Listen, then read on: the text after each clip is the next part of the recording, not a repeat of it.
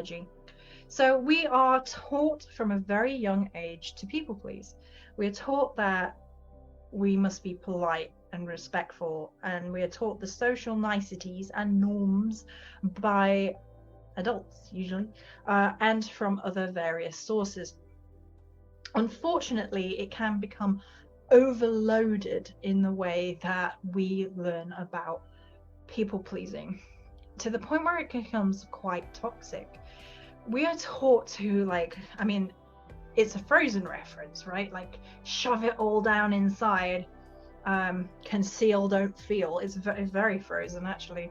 And if we are angry or frustrated or feeling anything which could make other people uncomfortable, then we're taught not to do that. Like, think about, like, your 2-year-old's having a tantrum, and usually there's a massive amount of embarrassment from the parents because they're disturbing other people, and the plan is to make it stop, and that's it. Now, there is a development that happens, there is a growth that happens. Obviously, we can't all lie on the floor kicking and screaming all the time, because it's not good. I mean, we could be interesting, but generally speaking, it's not respectful of other people's boundaries to be too far invested to the point where we don't care about anyone around us. So there is a natural balance somewhere between what we feel and what other people feel, what we think and what other people think. The problem, the shadow of people pleasing, comes when we are so preoccupied about how other people perceive us that we go out of our way to people please, and we can lose ourselves in the process. We can lose our magic in the process. We can lose who we are wow, that was a loud thud, in the process of this exercise in being liked. It is a really interesting shadow within the spiritual, witch, pagan, occult. For me, I notice how the idea of people pleasing comes into the presentation of discussions about witchcraft, spirituality, how even images feed in to the idea of needing to people please. People have been talking about the idea of Instagram witches a lot, and the idea of Instagram witches as a phrase, as a term, which I'm not fully on board with, because I've had lots of thoughts and progressed how I feel about this. The idea of the Instagram witch is a picture perfect presentation of self and of altar space, or of spells, right? It's very aesthetic driven, and it's a very particular aesthetic. It's very neat, it's very welcoming, it's very brightly lit. There's often a feeling of calm and peace and meditation. Or at the other end of the spectrum, it's more dark and edgy and folksy witchcraft, trad witch, and trying to present like death and decay. And it's interesting because that actually feeds into my other topic that I want to talk about at some point soon, which was bugging me this morning, but we'll get into that later on a different video. And so these presentations of who we are as spiritual beings is then put on display, which is the nature of social media, to people please, because people like to see those particular images because they evoke a particular response in other people. If other people see these beautifully crafted altar spaces with picture perfect candles and usually a Himalayan salt lamp somewhere, and that goes for the videos too, right? The Himalayan salt in the background is a giveaway that they're people pleasing, because it's based on the beauty standards of YouTube, where there is a brightly lit, pleasing background with a Himalayan lamp, a candle or two candles, and then maybe some pretty images behind, and then that's a beauty 101 on YouTube. And that's kind of merged over into spirituality, right? And so those images are designed to evoke a particular response for a particular reason, for likes, for interaction, for conversation, for selling something on Instagram. And selling something might not even be literally selling something, it might be selling an idea. I am selling the idea that I am this kind of witch. I have so many issues with this. By this presentation of this wholesome, beautiful altar space. Now, first and foremost, I have no issue with beautiful images. I'm a Taurus moon. I'm like, I prefer the dark and edgy images because, you know, but they do evoke a response in me where I feel that the dark and edgy, trad witchy images, so things with like bones and feathers and claws and death and I'm so weird. But all those images, those flavors evoke that primal feeling in me of, yeah, there's something connected in there to some deeper form of witchcraft. It's not necessarily the case, which is why some people get very antsy and very angry in a lot of cases about this picture perfect, people-pleasing form of spirituality. To present yourself as an expert in something, which is problematic within the realms of spirituality anyway, through a lens which is clearly designed about other people rather than the reflection of who we authentically are, a lot of people take issue with it for a number of reasons. Firstly, not telling anybody what to do. You do you, and you ingest, imbibe however you want. But I'm just wanting to talk about the shadow that is behind that in both a cultural and personal sense. The problem with these picture perfect images is they are created. Now, in that, there is power. You can create an image, you can make it look beautiful, you can pull people to you, you can form connections. It's a kind of magic in a way. It's like creating a mood board, but on Instagram, right? There is magic within it. But at the same time, there is a people-pleasing element. And witchcraft, spirituality is not that cut and dry. It can be messy. It can be on the fly. It can not look like this expected image. And people then have all these gurgly shadows that come up in result to that. Is my witchcraft less valid because it doesn't look like this?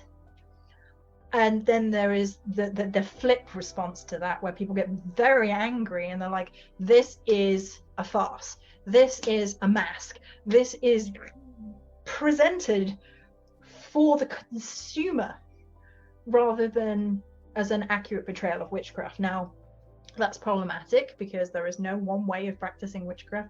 Massively personal. Witchcraft doesn't look like anything in particular. It's a feeling, it's an action, it's a practice.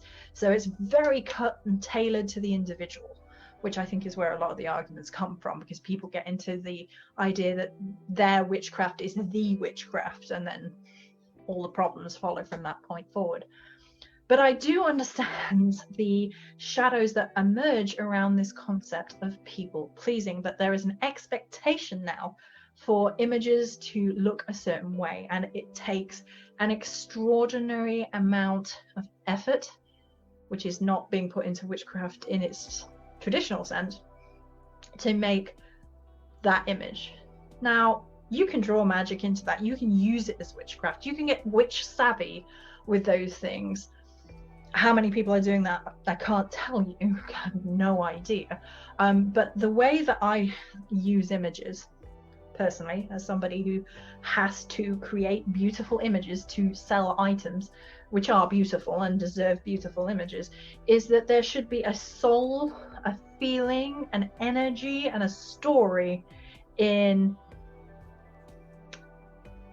images. So like, if this is a pretty little candle isn't the same as this candle is surrounded by warm tones, it's surrounded by golds and oranges, and it's wealth and abundance and uplifting and citrusy, and it tells an intricate story. So there is magic within that. I'm just going to read that from Gail. I'm wondering if this is why I've pulled back from social media recently, the falseness feel to most of it. Does that make sense? Yeah, absolutely.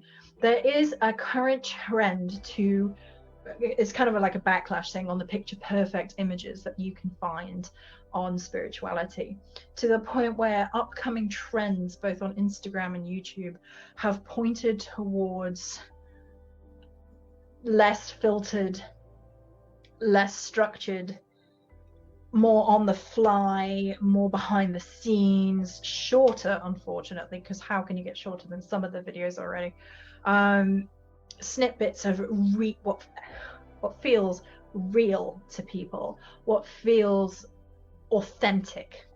And so there is this really interesting thing that happens where this whole conglomeration of shadows surrounds that particular topic online when it comes to spirituality, because we've been taught from a very young age that what other people think of us really matters, and you are no one unless someone loves you or someone likes you, and if you are too much, people aren't gonna vibe with that. And if you're too messy and you're not structured and you're not picture perfect, then people are gonna feel uncomfortable. And for me, it's interesting because this goes one of two ways in witchy circles. Either it's very wholesome, you know, the kind which we talked about, look out for the Himalayan salt lamps, dead giveaway. I feel like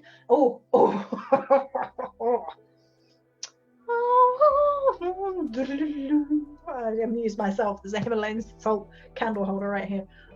It's not mine, but you know, worthy prop. Giggles. Anyway, so the other way that it goes is then people are either like, I'm going to please people by trying to make people feel welcome and comfortable, and we're all besties, and oh yeah, and we're all gonna have good conversations. There's that feeling around people pleasing. Or in spiritual circles, then it goes edgelord, right? It goes, come, we're weird together. We're dark together. We ride the dark ocean wave of our mystery and evil together. We're different, and it's looking for a sense of connection in that difference, which it's really interesting. Like we reject the idea of conforming by creating a group where we all feel the same way, and because everybody feels ostracized and stuff, right? And so it can go one of two ways with spirituality and witchcraft, and I find that those are two ways of people pleasing, because you're either making it feel wholesome and connective and we all belong here and we all drum around the circle together, which is great, by the way, nothing wrong with that, or it goes the other way where it's like we're all on one of the darkness together and we're all going to, like, I don't know, bloodlet from our fingers or something. It's that feeling. And witchcraft is all things, right? It shouldn't be designed to make people feel comfortable. Witchcraft is generally uncomfortable, and we're living in a world where it's still a very real threat to people's lives in other places. We're very privileged in the Western world that we can still, at least currently, talk about being witches or having a different spiritual denomination from whatever the standard is, generally Christianity in the West, not always, but generally, without fear of too much reprisal. We can still get, problems, but in other places in the world, people are being stoned or burned alive still, and the fact that that is happening kind of, to me, makes the idea of people pleasing within witchcraft problematic, because it is serving the assumption that other people need to be comfortable to accept who we are. And that's the problem. We are defining who we are based on the comfort of other people, of people being pleased, of people accepting, or at least not coming after us full on. And the nature of human beings is that some people will always be conflicted and some people will always come for us, no matter how people pleasing we try to be, which of course points out the ridiculousness of people pleasing, because you can't please people. You can't. It's a fruitless endeavor where you're going up the hill with the boulder and you're just going to end up right back down at the bottom again. Greek punishment 101. You can't please everyone.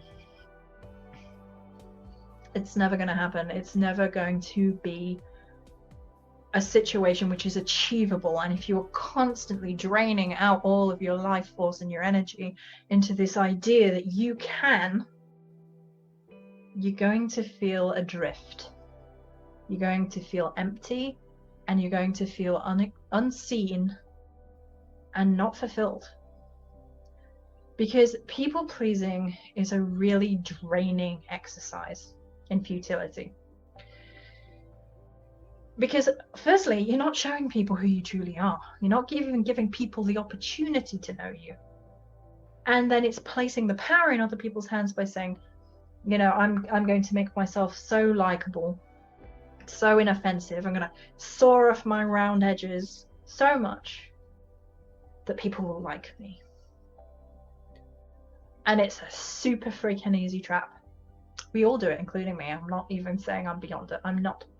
I know that I operate within the rules, quote unquote, of social media. I know that I operate within the culture and the society with which I'm in.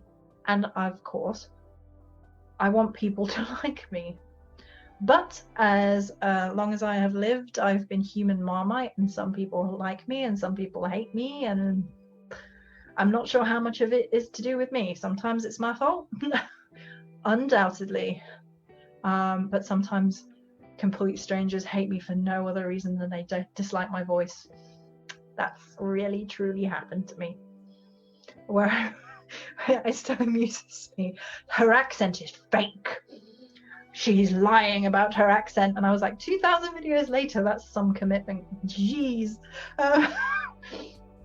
It amuses me, but it's still something where the way that I speak naturally is, you try Marmite, that sounds dirty as fuck, lady.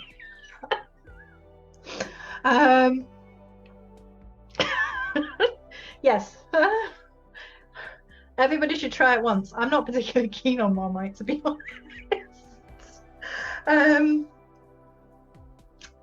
Totally derailed my thought, but the point is that people are gonna love you and hate you for reasons which are entirely to do with their own perception.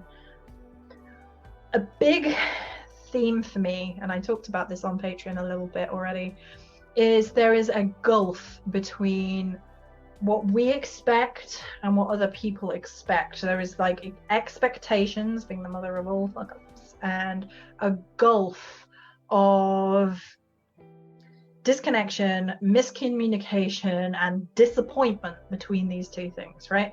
So we have an expectation going in of how something's going to go. So say this video, which has been all over the place, because they usually are, because, you know, it's me, but I have this expectation going in that the way that I phrase something gets across what I am thinking or considering in my head, and as I put that out there into the world, right, I have the expectation that people know what I mean. But just because I know what I mean doesn't mean that everyone else knows exactly what I mean, even if I manage to verbalize myself in a way that I feel was straight on the money. Because what other people take from that sentence, what other people hear, what other people understand, where other people even put the stress on something in a sentence, or the word used can be meaning massively different things. Language, it's tricky, to other people. And what they take away from that might be something completely different. So when I'm thinking, yeah, I did this, I put this out there, that's great, they're gonna love it, there's no guarantee of that, because someone might have been thinking, well, she's a fucking awesome. And that's happened. I've actually had videos, particularly about the Morrigan. This really happened as well, right? So I was in a Morrigan group, and they had shared my one of my Morrigan videos, and most of the feedback was, "This is great. I'm enjoying this." Blah blah blah. And I was like, "Wonderful," and I was like, "Hello, self," in the comments, like joking around, right? And the next like the next couple of comments down, a woman had basically sat there saying, and she didn't realize I was in there, how arrogant I was and how condescending.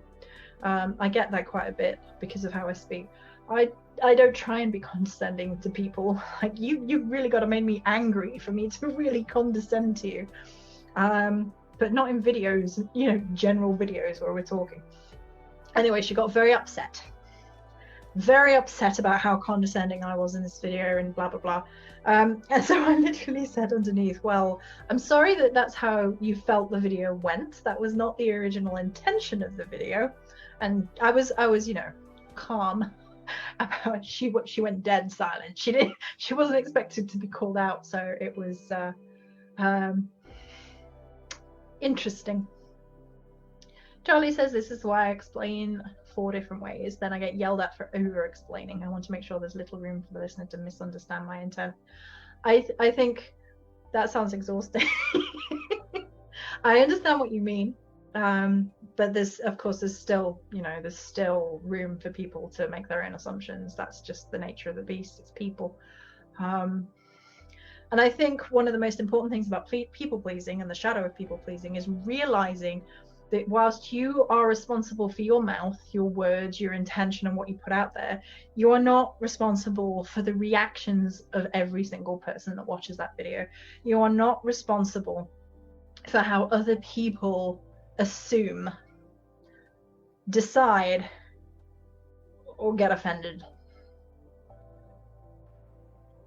Now, you are responsible for the bit you put out there. So if you put out there on purpose to offend people and just cause general aggravation, then you're completely, you know, you have the consequences of your inactions.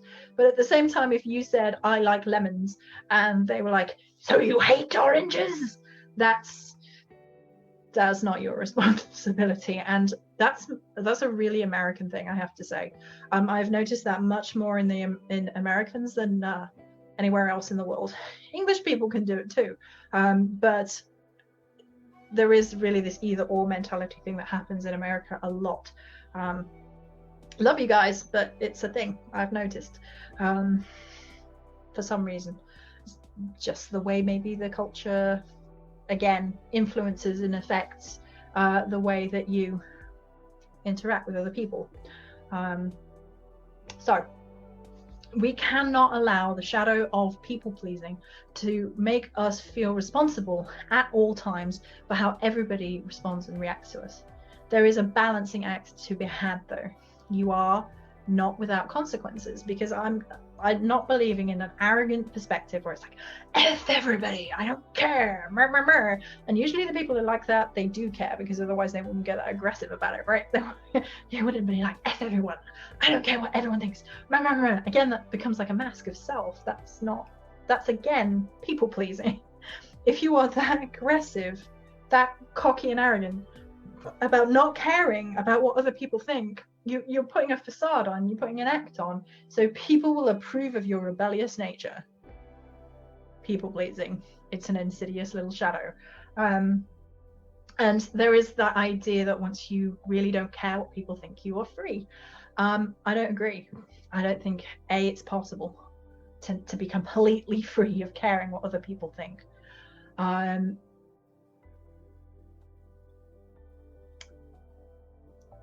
It's just not possible to be completely free of it.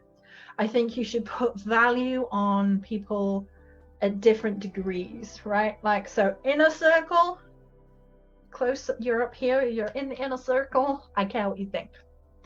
The machine is beeping. I care, I'm listening. If I've inadvertently upset you, please tell me and we'll talk about it. You know, there's that nice, and usually those people care about you too, and there's a dialogue, right? And then extended circle, you should care somewhat. You know, people at work, you don't want to be completely like causing scenes at work to the point where that environment becomes hostile, etc. And then further afield again is like complete strangers and so on and so forth. Again, you shouldn't be giving all your time and energy trying to explain who you are. It's a waste of time and energy. Just gonna drain you. Not going to give you anything. So in terms of priestessing it up or witching it up, or however you feel best about that, it's a lot of shadow work to know and feel and intuit. And the beeping is going to drive me crazy now, so we're probably going to have to finish this video up. Where the lines are for you, where the boundaries are for you, when it matters, and when and where the response is merited, where you want to be pleasing people, and when you want to be honest and yourself. I would always suggest being yourself as much as possible, but maybe with a spoonful of sugar rather than throwing salt, maybe. It's up to you though, who you are. There is a difference between respecting people and people pleasing, basically, is my interesting salt and sugar analogy. So being respectful, important. Constantly pleasing other people, not so much. So I hope that was interesting and helpful for you guys. I'm going to be back in regular lives and hopefully figuring out a time where more people can watch and communicate. If you are watching this after the fact or on YouTube, please let me know if any particular time, day, etc. is better for you on Facebook. And if not, I will see you in the new year. We're going to be, as I said, we're going to be trying to do 2 lives a week, one of a spiritual nature and one where we start with the first 2 or 3 people who will get an OM card on a Friday, and then it's question and answers, or just me talking. If you won't ask me questions, I will just talk at you. So again, I hope everybody has a beautiful holiday season. Stay safe. I know it can be a very stressful time of year. I know there's a lot of pressure to people please, which is why we talked about it today. And stay true to you. It's Bill. Stay true to yourself. Stay healthy. Reach out if you need help. And have a beautiful holiday season. Many blessings, guys. I'll catch you on the next one.